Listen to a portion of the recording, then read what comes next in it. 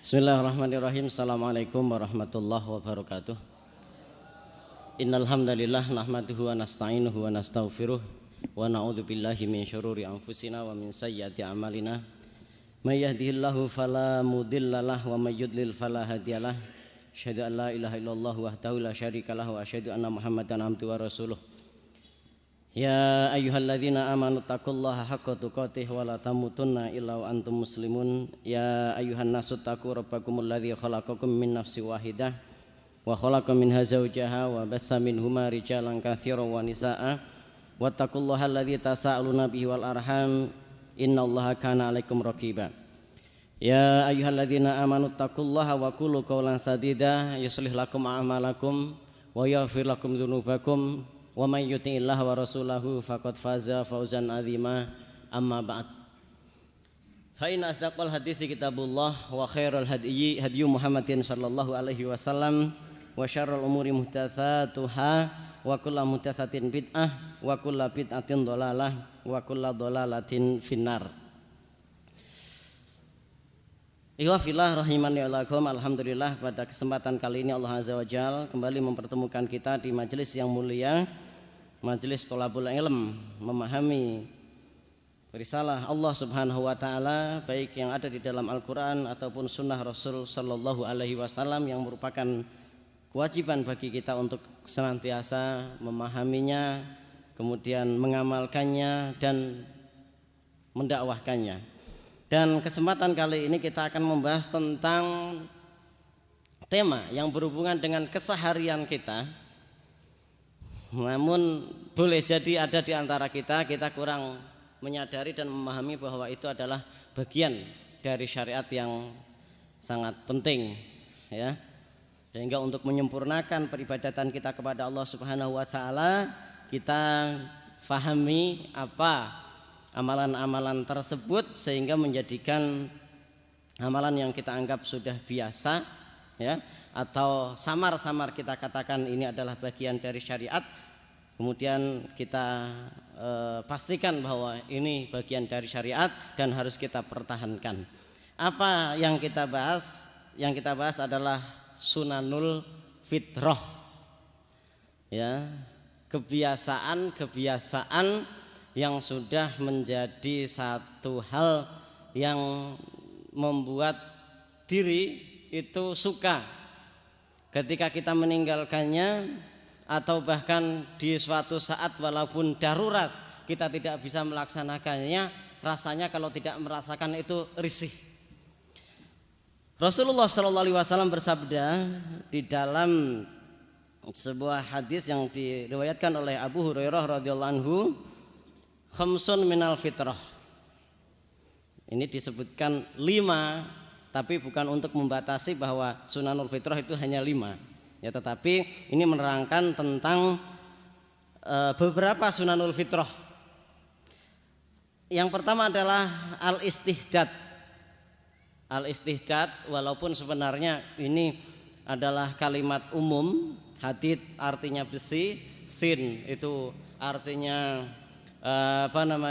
sesuatu alat yang terbuat dari besi, tetapi secara khusus digunakan untuk sebuah istilah untuk mencukur bulu di sekitar daerah khusus ibu kota. Kalau bahasa kitanya mencukur bulu kemaluan, gitu ya, nanti malah nggak jelas lagi. Bulu kemaluan, al-istihdad itu. Kemudian yang kedua adalah wal khitan, sunat, sudat kalau bahasa Sundanya. Waqassus syarib, apa ini namanya? Memendekkan, merapikan kumis. Wanatful ibti, dan mencabut bulu ketiak. Wataklimul adfar, dan memotong kuku. Ini 5 yang disebutkan di dalam hadis ini. Kemudian di dalam hadis lain diriwayatkan dari Aisyah radhiyallahu anha, beliau bercerita, qala Rasulullah sallallahu alaihi wasallam, Rasulullah sallallahu alaihi wasallam bersabda, asyrun minal fitrah. 10 hal yang termasuk bagian dari sunanul fitrah, Jadi ketika anak katakan bahwa tadi khamsun minal fitrah, 5 hal yang termasuk bagian dari fitrah, kemudian 10 hal yang termasuk bagian dari sunanul fitrah, berarti ini tidak membatasi bahwa sunanul fitrah itu hanya 10. Ya, nanti ada kaidah tersendiri di dalam fikih, penyebutan jumlah itu bukan berarti pembatasan. Yang pertama qasus syarib, tadi memendekkan dan merapikan kumis. Wa ifa'ul lihyah, apa? Membiarkan jenggot ini tumbuh. Ya. Kemudian wasiwak, siwak, gosok gigi, atau secara khusus yaitu menggosok gigi dengan kayu tertentu, ya, yaitu yang kita kenal sebagai ya kayu siwak. Wastinsyakul ma, apa ini namanya?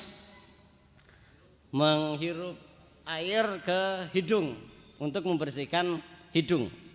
Ini enggak usah diajarkan kalau seandainya apa namanya syariat tidak menentukan sekalipun, itu sudah menjadi kebutuhan manusia. Wa qasul adfar, memotong kuku. Wa usulul barojim, menggosok secara khusus, menyela-nyela bagian-bagian yang ada persendian. Biasanya di persendian begini, ini kan tempat-tempat yang agak apa namanya? Pertama karena ada gesekan ya antara kulit satu dengan kulit yang lain, ini biasanya akan memberikan warna yang lain, yaitu warna gelap. Kemudian yang kedua, di situ karena bertemunya dua kulit dengan kulit sehingga sirkulasi udara itu kurang bagus, sehingga banyak bakteri yang ada di sana. Kemudian yang ketiga, daki, kotoran itu biasanya juga nempel di sana. Dan yang keempat, karena ini adalah merupakan pertemuan antara satu kulit dengan kulit yang lain, satu bagian tubuh dengan tubuh yang lain, kalau tidak digosok-gosok, ini boleh jadi kalau ngasal begitu saja, jebyur, apalagi ada orang itu yang diberikan satu kelebihan, baik jari-jari kaki ataupun jari-jari tangan itu lebih dempet daripada yang lain. Enggak, normalnya itu enggak seperti ini, tetapi ada yang model dempet. Kalau hanya jebyur enggak bisa masuk ke sana air itu. Makanya sunnah tersendiri untuk menggosok.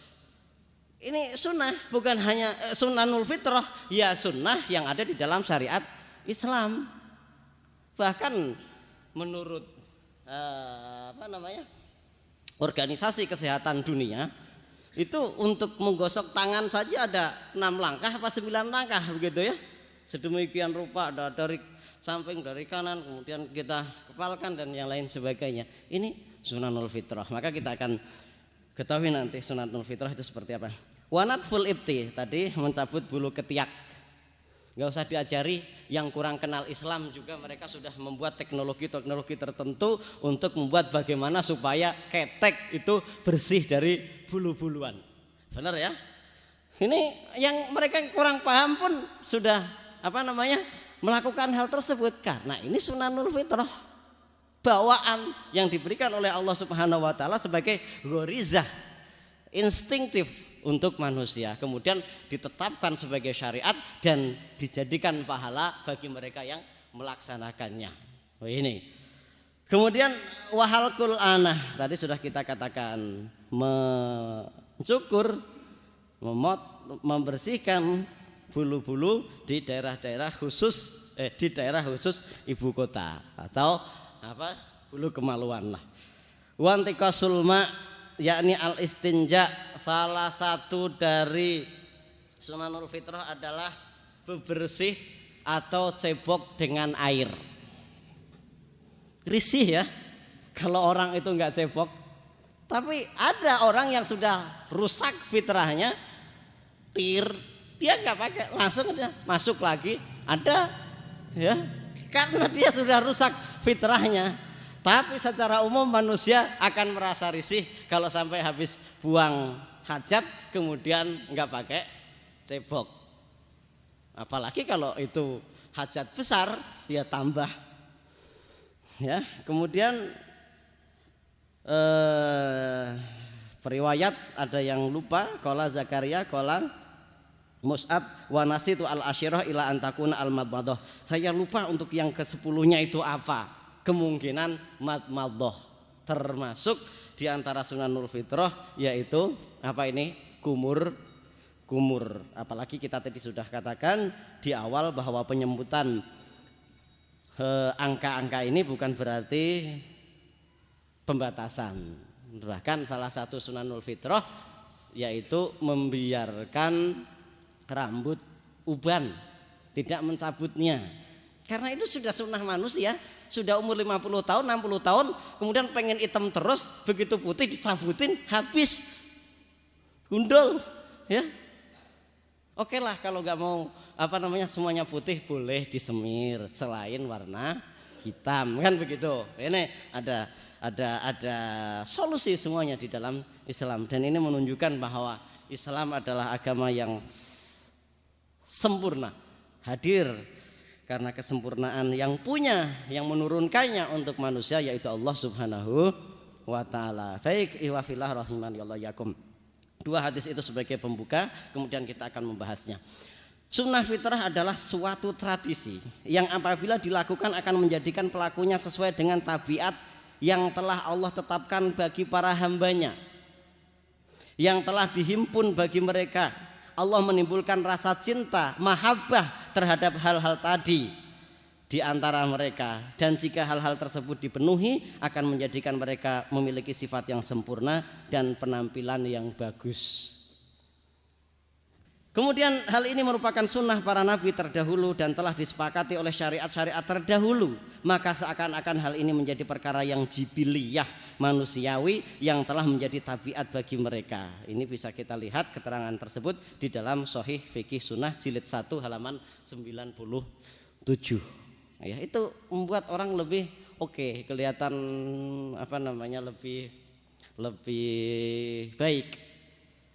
Keteknya bersih, lebih bagus. Kumisnya rapih, lebih bagus. Ada jenggotnya, lebih bagus. Lebih maco atau apa? Saya tidak tahu istilah-istilah itu ya. Lebih laki-laki lah. Demikian. Atau tentang apa? Kuku ya, yang bersih ini lebih terlihat indah. Baik kita bisa menilai keagamaannya maupun akhlaknya. Kalau kuku sudah panjang-panjang, ini kita sudah bisa nilai ini gimana gitu penilaian kita, dan itu sudah sangat manusiawi. Masalah kemudian enggak ini keren kok, itu fitrah sudah dirusak karena secara umum orang tidak seperti itu. Saya biasa, enggak cebok habis ini dan itu, ya itu sudah setengah gila. Ada sakit psikologi itu. Ya, ini sunnah fitrah. Selain ini adalah syariat yang sudah ditetapkan oleh Allah Subhanahu wa taala. Sudah berbarengan antara kauniyah dengan syariah di sini. Kemudian faedah mengerjakan sunnah fitrah. Para ulama melakukan istiqra' dan tatabu'. Istiqra' tatabu' itu kalau dalam bahasa sains itu riset, melakukan penelitian. Berdasarkan hasil penelitian pada Al-Qur'an dan As-Sunnah, maksudnya pengkajian di sini ya. Diketahui bahwa perkara ini akan mendatangkan maslahat bagi agama dan kehidupan seseorang. Di antaranya adalah akan memperindah diri dan membersihkan badan baik secara keseluruhan maupun sebagiannya. Sahih Fikih Sunnah masih di jilid 1 halaman 97. Memperindah, memperbagus, kelihatan rapih ya, termasuk di dalam sunnah fitrah mandi itu juga suatu hal yang sangat fitri, manusiawi. Ibnu Hajar rahimahullah berkata bahwa sunnah fitrah ini akan mendatangkan faedah diniyah dan duniawiyah. Secara diniyah, dia telah menjalankan perintah Allah Subhanahu wa taala, mencontoh Rasulullah sallallahu alaihi wasallam, mencontoh para nabi dan rasul. Di antaranya akan memperindah penampilan, membersihkan badan, menjaga kesucian, menyelisih simbol orang kafir. Seperti menyelisih simbol orang kafir adalah membiarkan jenggot tetap tumbuh ya, kemudian memotong kumis Ini kita berarti telah menyelisihi orang-orang kafir dan melaksanakan perintah syariat. Ini yang lebih penting. Bisa dilihat di dalam kitab Taysirul A'lam yang disusun oleh Ibnu Hajar rahimahullah. Baik, untuk dalilnya tadi kita sudah baca ya, ada 5 macam fitrah: khitan, mencukur bulu kemaluan, memotong kumis, memotong kuku, dan mencabut bulu ketiak. Terus ada 10 macam fitrah, yaitu memotong kumis, memelihara jenggot, bersiwak, istinsyak, menghirup air ke dalam hidung, memotong kuku, membasuh persendian, tadi kita sudah bahas, mencabut bulu ketiak, mencukur bulu kemaluan, istinja maksudnya cebok dengan air, dan juga madmadah. Dan ini tidak dibatasi seperti mandi, kemudian membiarkan rambut uban tetap tumbuh, ini juga sunanul fitrah. Iwa fillah rahimani Allah wa iyyakum. Kita akan sedikit mengurai tentang satu persatu maksud dari sunanul fitrah tadi, satu persatunya, tapi flash ya. Yang pertama, mencukur bulu kemaluan. Yang dimaksud dengan bulu kemaluan di sini adalah bulu yang tumbuh di sekitar kemaluan. Sudah paham ya? Dinamakan istihdad asal katanya dari hadid, yaitu besi, karena hal ini dilakukan dengan sesuatu yang tajam seperti pisau. Dengan melakukan hal ini, tubuh akan menjadi bersih dan indah. Bandingkan aja sendiri. Dan boleh mencukurnya dengan alat apa saja, baik berupa alat cukur atau sejenisnya. Ini dikasih tahu antum sama pengarang kitab Al-Mulakhas Al-Fiqhi. Bisa pula dilakukan dengan memotong atau menggunting, mencukur habis, atau dengan mencabutnya.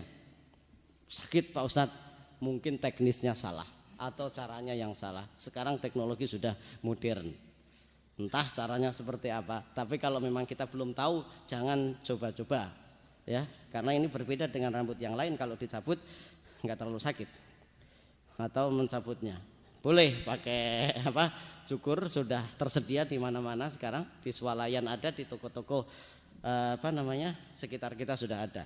Yang kedua, tentang memotong kumis dan merapikannya, yaitu dengan memotongnya sependek mungkin.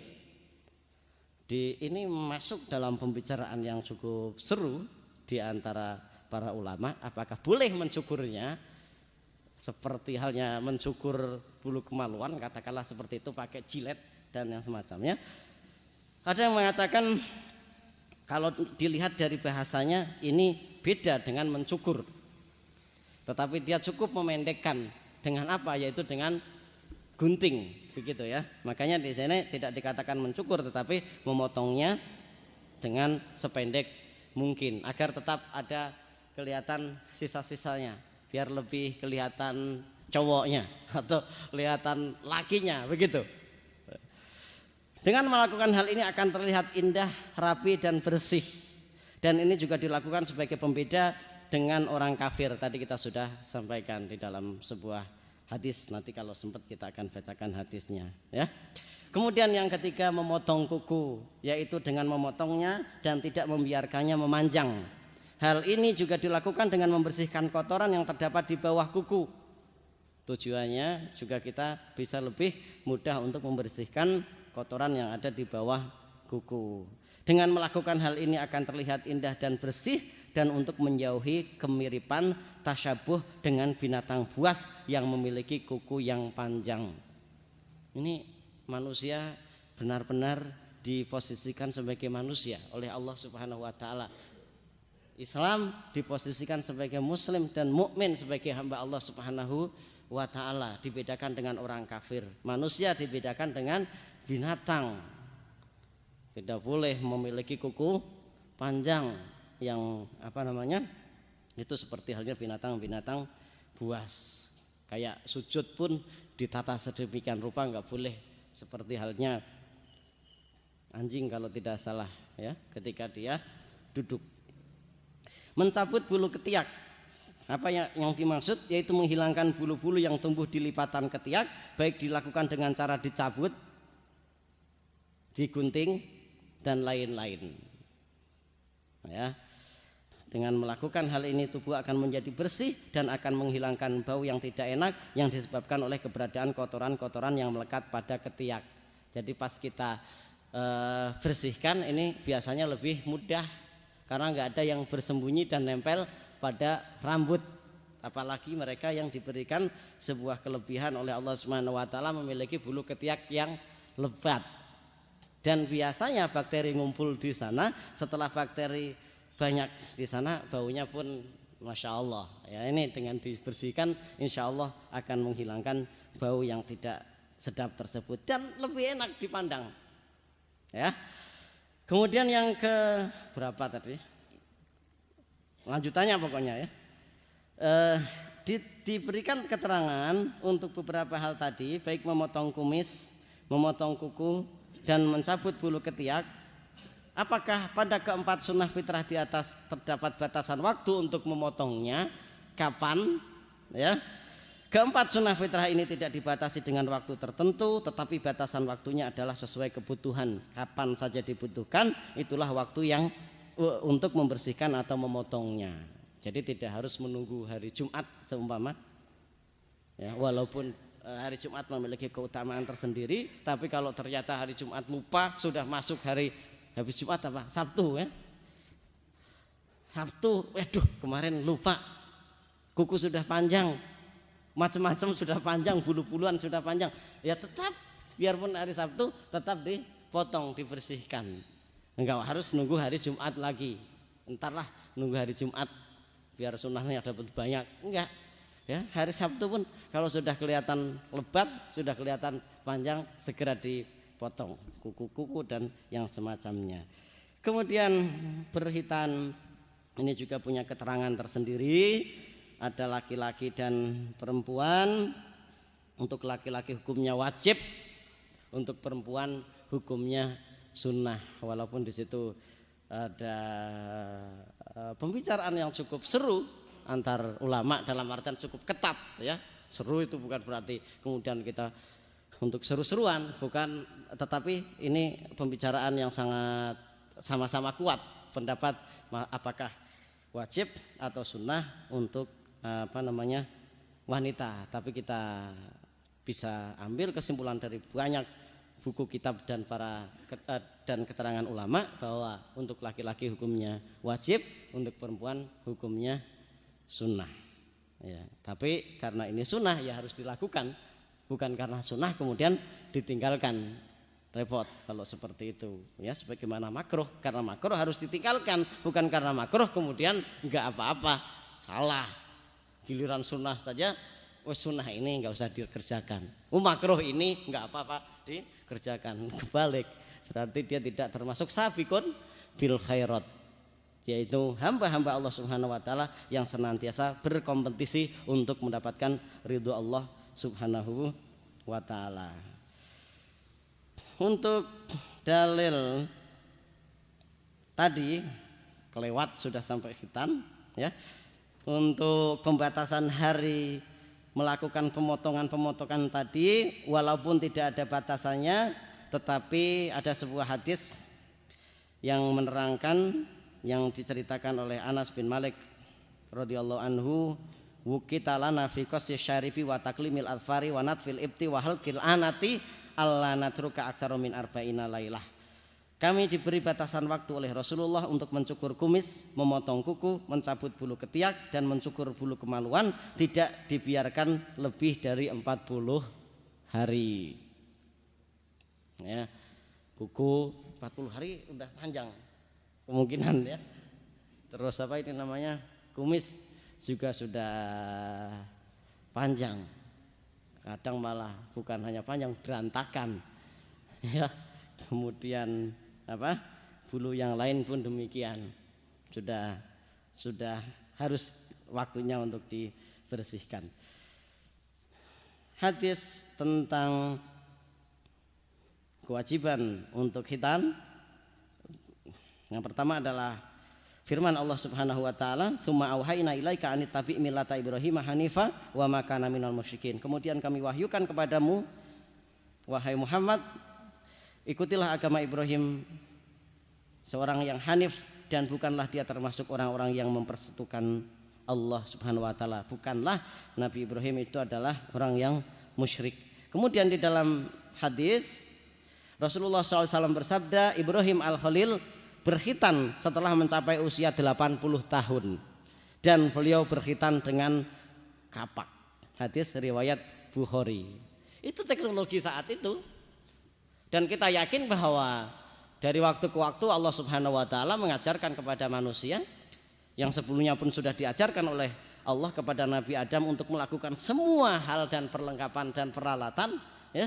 Pada saat itu teknologi untuk memotong, untuk menyembuhkan, entah itu obat medisnya atau herbalnya sudah ada. Sebagaimana untuk mereka yang lahir tahun 70-an dan 80-an itu khitan 10 hari sampai atau 15 hari, terkadang belum sembuh baru 1 minggu sudah main bola, besoknya gede lagi, ya itu, ya. Kemudian juga obatnya juga lain, obat serbuk. Kalau di daerah Ana itu namanya kodenya SA, nggak tahu itu. Kalau dicampur perihnya luar biasa, ya itu.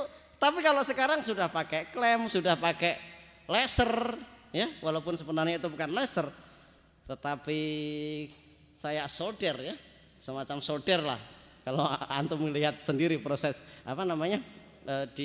disunat pakai laser konon katanya begitu, atau yang lain pakai pisau dan yang semacamnya, ya beda-beda setiap waktu. Tapi itulah Allah Subhanahu wa taala memberikan kemampuan manusia untuk senantiasa mencapai kehidupan yang lebih baik dari waktu ke waktu. Nabiullah Ibrahim umur 80 tahun. Perintah untuk sunat bukan berarti saya sudah 80 tahun enggak melaksanakan, tetap, ya. Ini juga menunjukkan mu'alaf yang masuk Islam dan belum sempat sunat saat itu, ya begitu masuk Islam dia sudah harus saat itu dia harus sunnah. Rasulullah SAW bersabda, alqi angka sya'rul kufri wahtatin, hilangkanlah rambut kekafiran yang ada padamu dan berkhitanlah. Ini juga menunjukkan mereka yang masuk Islam walaupun sudah tua sekalipun, 50 tahun, 60 tahun, bahkan kalau ada yang 80 tahun, ya dipotong. Apakah harus pakai kapak seperti Nabi Ibrahim kalau sudah usia 80 tahun? Enggak, ini ya sifatnya teknologi yang Allah Subhanahu wa taala berikan untuk masing-masing umat sesuai pada zamannya. Baik, iwafillah rahimanallahu, itu mungkin yang dapat kita bahas, karena kalau kita bahas masing-masing banyak sekali. Ada tentang perintah jenggot, bagaimana memelihara jenggot, kemudian apa hukum memangkas jenggot, apa hikmah di balik itu dan yang semacamnya.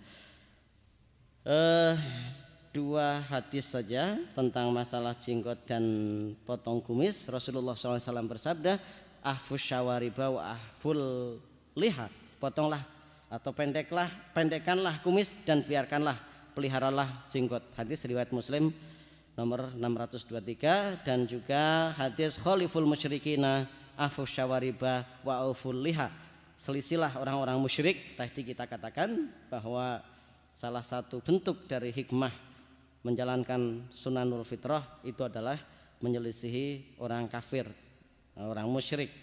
Maka Rasulullah SAW bersabda, selisilah orang-orang musyrik, potong pendeklah kumis dan biarkanlah jenggot.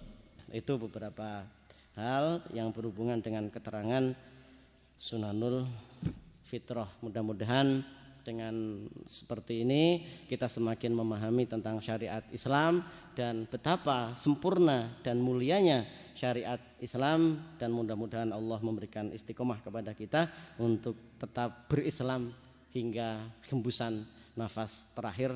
Dengan ucapan terakhir kita adalah la ilaha illallah. Amin.